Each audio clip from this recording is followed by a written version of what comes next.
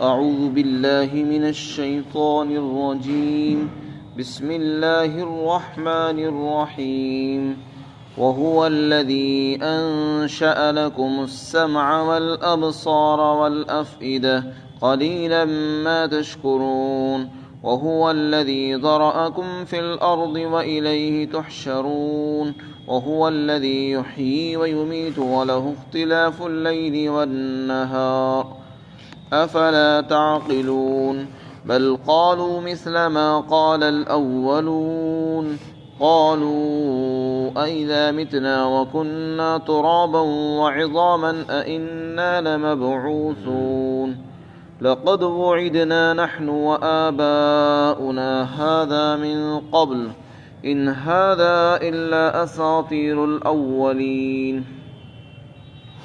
قل لمن الأرض ومن فيها إن كنتم تعلمون سيقولون لله قل أفلا تذكرون قل من رب السماوات السبع ورب العرش العظيم سيقولون لله قل أفلا تتقون قل من بيده ملكوت كل شيء وهو يجير ولا يجار عليه إن كنتم تعلمون سيقولون لله قل فأنى تسحرون بل أتيناهم بالحق وإنهم لكاذبون۔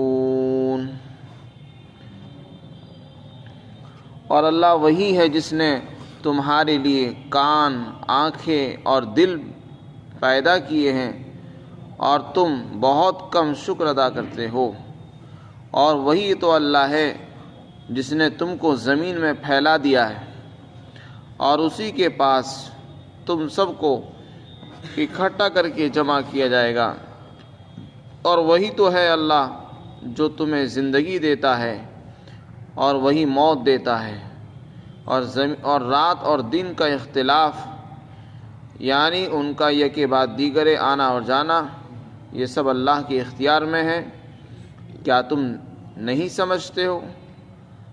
بلکہ انہوں نے تو وہ اسی جیسی بات کہی جو ان سے پہلے لوگوں نے بات کہی تھی۔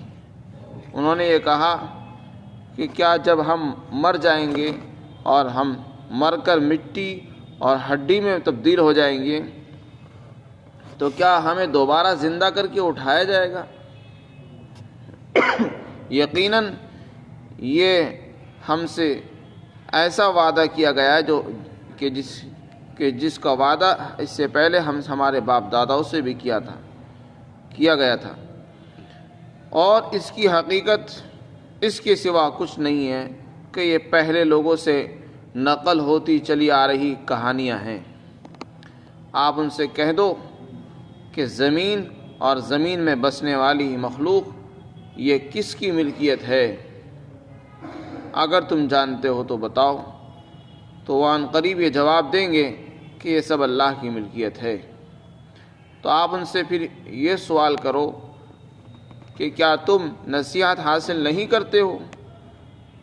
اس کے بعد دوسرا سوال یہ کرو، ان سے پوچھو کہ ساتوں آسمان کا اور عرش عظیم کا رب کون ہے؟ تو وہ یہ جواب دیں گے کہ ان تمام چیزوں کا رب اللہ ہے۔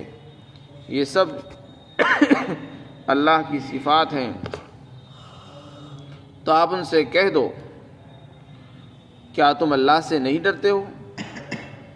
اور اے پیغمبر ان سے آپ پوچھئے وہ کون ہے جس کے قبضے میں ہر چیز کا اختیار ہے اور ہر چیز کی بادشاہت ہے، اور وہی ہر ایک کو پناہ دیتا ہے اور اس کے مقابلے میں کوئی کسی کو پناہ نہیں دے سکتا۔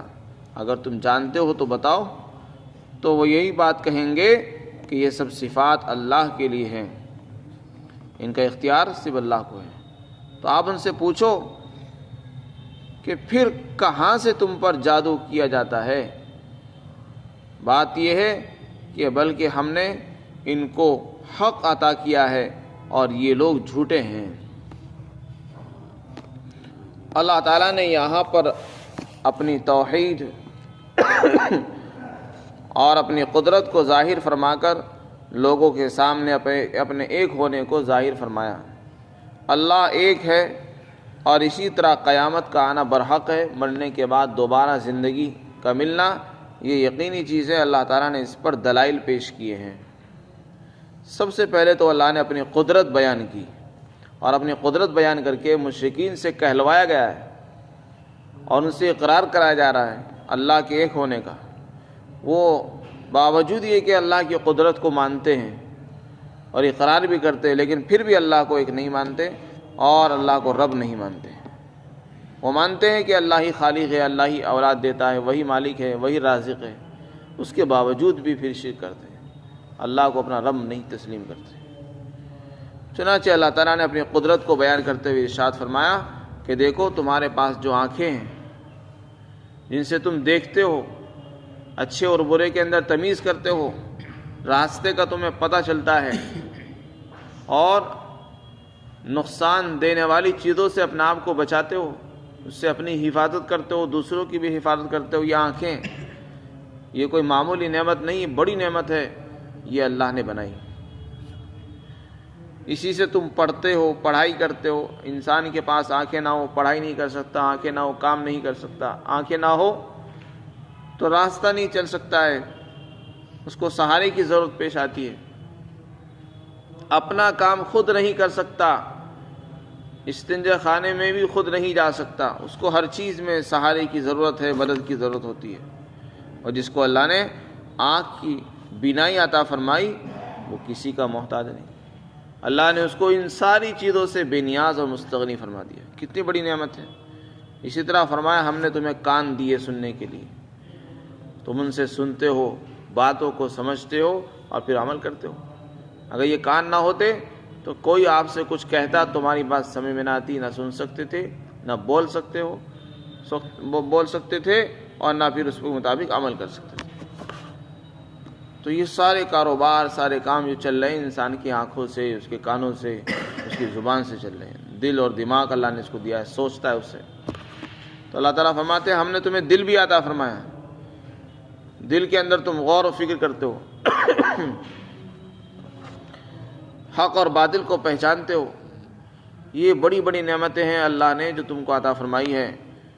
یہ پیدا کرنے والا کون ہے؟ وہ اللہ ہی تو ہے جس نے تم کو یہ چیزیں دی ہیں، اور اس کا تمہیں اقرار بھی ہے کہ اللہ نے یہ چیزیں دی ہیں۔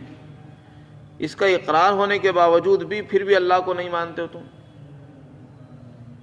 اور اگر کوئی کہتا بھی ہے تو سرسری طور پہ مان لیتے کہ ہاں اللہ نے دی ہے، اللہ نے دی ہے، لیکن اس کا جو شکر ہونا چاہیے وہ نہیں کرتے۔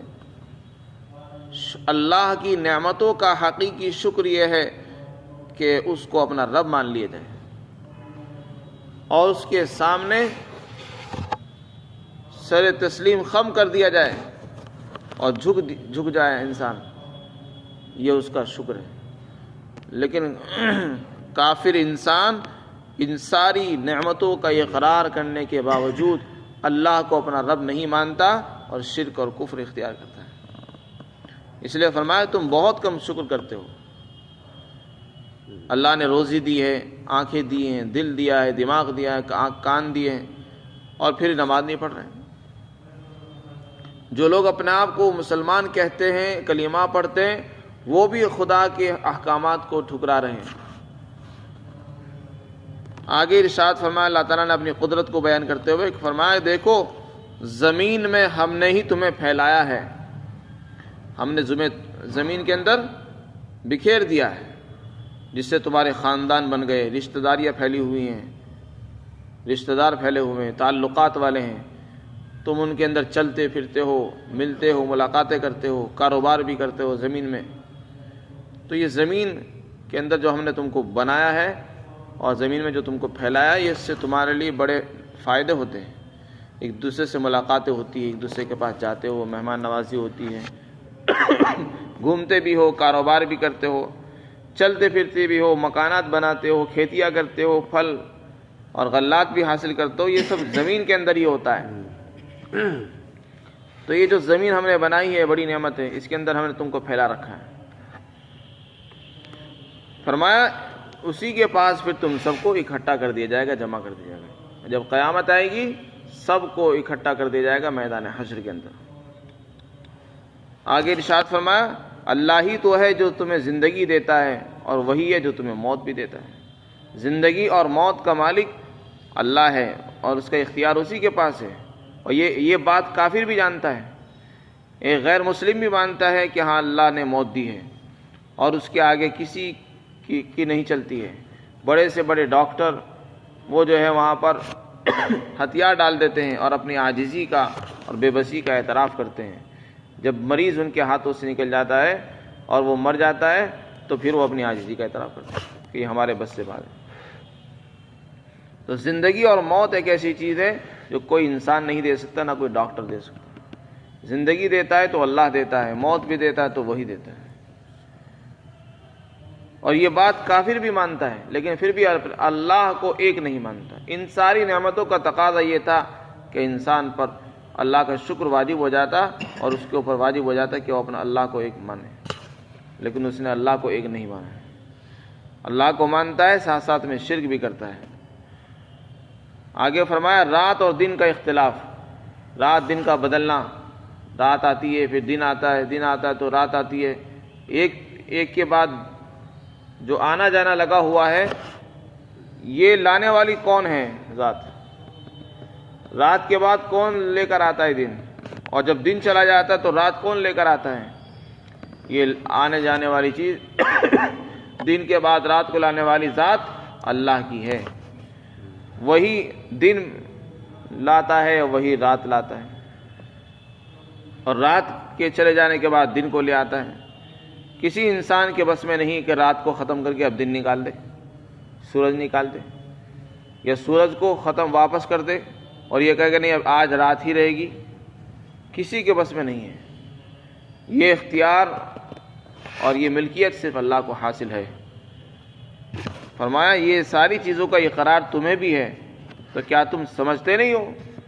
عقل سے کام نہیں لیتے؟ آگے ارشاد فرمایا ہونا تو یہ چاہیے یہ لوگ اللہ کا شکر ادا کرتے، عقل سے کام لیتے اور اللہ کو اپنا رب مان لیتے، لیکن انہوں نے بھی پہلے جیسے لوگوں جیسا ہی جواب دیا۔ ان سے پہلے لوگوں نے جو جواب دیا وہی جواب انہوں نے دیا۔ ان سے پہلے لوگوں نے کیا کہا؟ جب ان کو اللہ کی توحید بتائی جاتی، اللہ کے ایک ہونے کے بارے میں بتایا جاتا، تو وہ کہتے تھے کہ دیکھو یہ جو آپ بات کر رہے ہو، یہ باتیں تو ہم شروع سے سنتے چلے آ رہے ہیں، ہمارے بڑوں سے بھی اس طرح کی باتیں کی گئی، اور یہ وعدے کیے گئے کہ دیکھو جب تم مر جاؤ گے اور مٹی اور ہڈیاں بن جاؤ گے اور پھر تم کو دوبارہ سے زمینوں سے نکالا جائے گا۔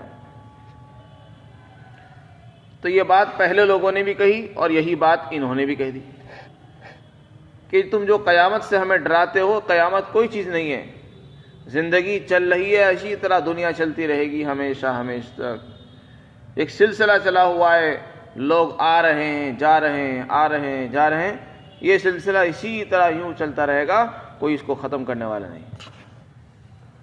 اور یہ تم کہتے ہو کہ اللہ ایک ہے، یہ بھی کوئی چیز نہیں۔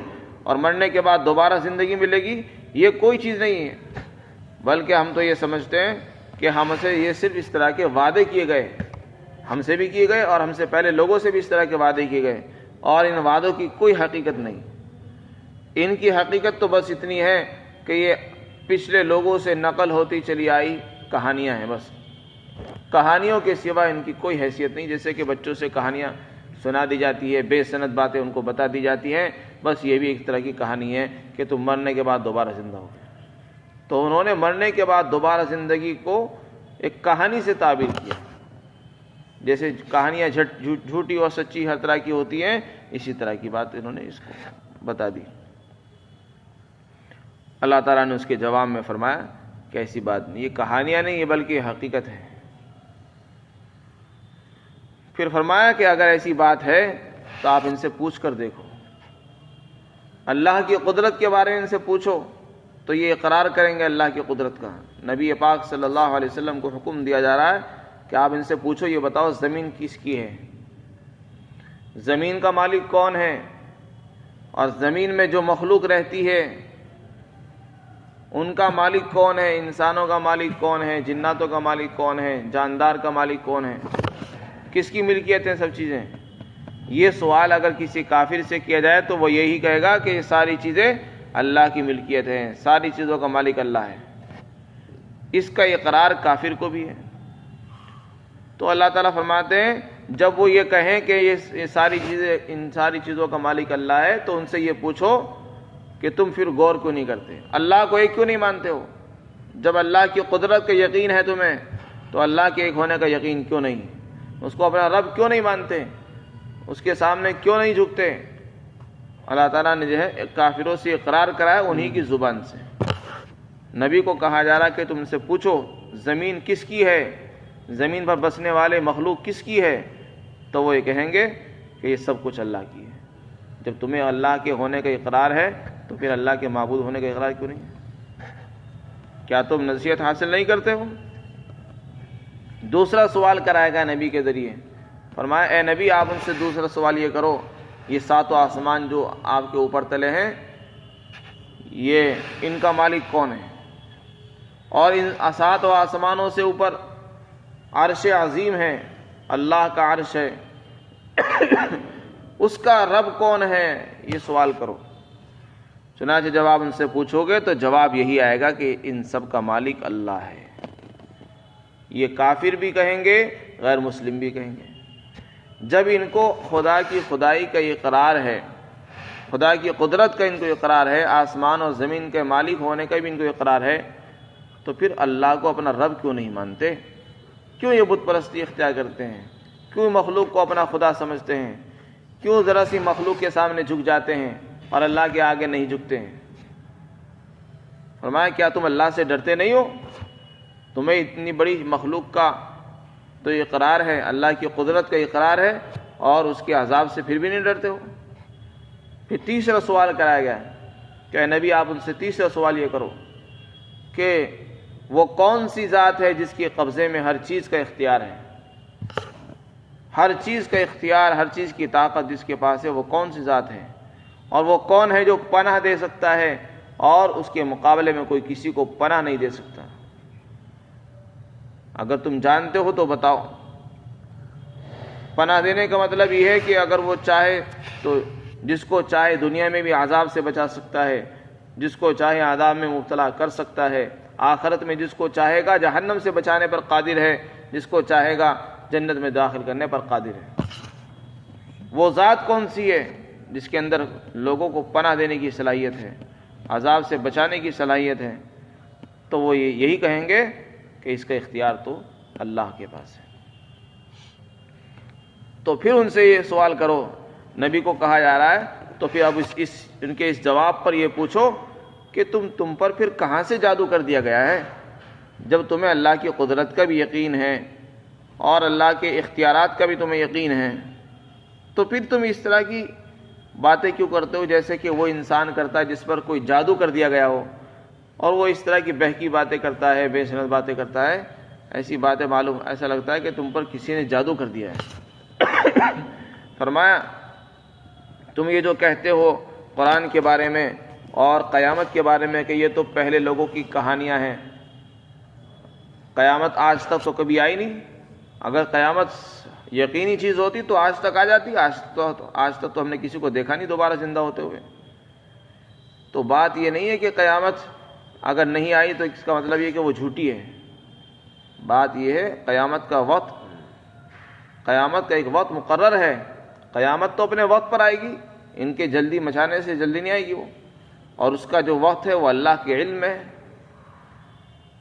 تو فرمایا بات یہ ہے کہ ہم نے ان کو حق عطا کیا ہے، توحید کا عقیدہ دیا اور بعث بعد الموت کا عقیدہ دیا ہے، اور یہ خود جھوٹے بنے ہوئے ہیں۔ یہ اس حق کو مانتے نہیں، حق سے ان کو نفرت ہے، حق سے ان کو بغض ہے، اور حق کو یہ ناپسند کرتے ہیں، اس لیے اس طرح کے بہانے کرتے ہیں، ورنہ حق کا ان کو بھی اعتراف ہے۔ اللہ تعالی ہم سب کو یقین عطا فرمائے۔